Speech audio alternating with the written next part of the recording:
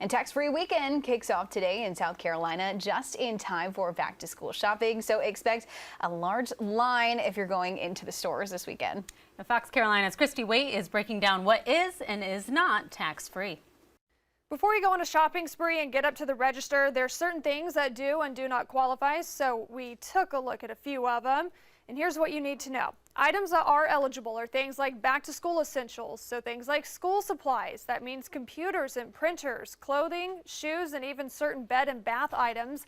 These can be purchased online and in store without paying the state's 6% sales tax and any other local taxes that apply.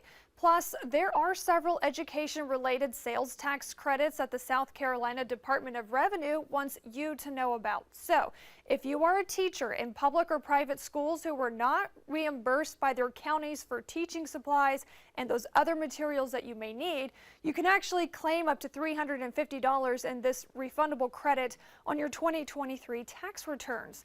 And here's a list of things that are not included in the tax-free weekend. So things like jewelry, handbags, wallets, as well as cosmetics, certain electronics like digital cameras, gaming consoles, and smartphones.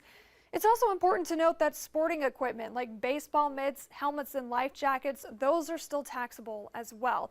And you can find a link with more information on our website at foxcarolina.com. But for now, I'm going to leave you with some fun facts. Did you know that the first tax-free weekend in South Carolina actually started back in the year 2000?